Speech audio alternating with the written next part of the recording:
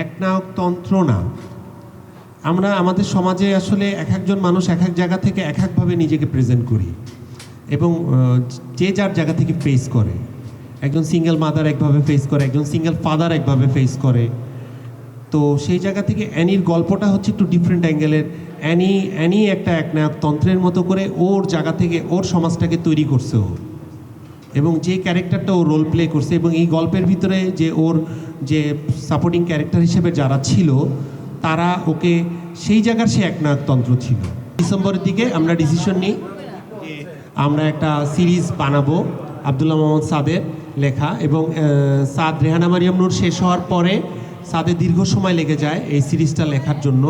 তো লেখার পর যে গল্প, যে ক্যারেক্টার অনুযায়ী যে আর্টিস্ট যেভাবে খুঁজছিল, সেটার একটা আমাদের একটা লম্বা জার্নি যায়। সেই জার্নিগুলি আসলে আপনি আর্টিস্টদের কাছ থেকে জিজ্ঞেস করলে সবচেয়ে ভালো হবে, যে তাদের যে পরিশ্রম এবং তারা যেভাবে সময় দিয়েছে, তাদের যে ডেডিকেশনটা ছিল, এটা তাদের মুখ থেকে আমার মুখ থেকে না শুনে তাদের কাছ থেকে শোনাটাই আপনাদের জন্য সবচেয়ে ভালো হবে।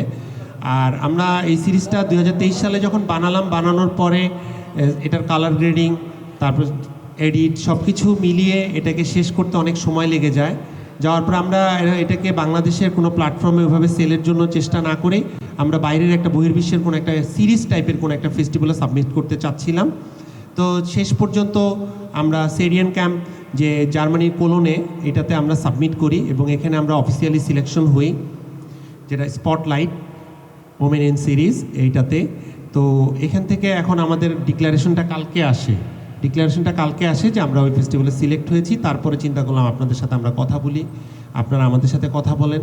এবং এটাই কিন্তু প্রথম সিরিজ যেটা হচ্ছে কোনো সিরিজ ফেস্টিভ্যালে অফিসিয়ালি বাংলাদেশ থেকে কোনো সিরিজ যাচ্ছে।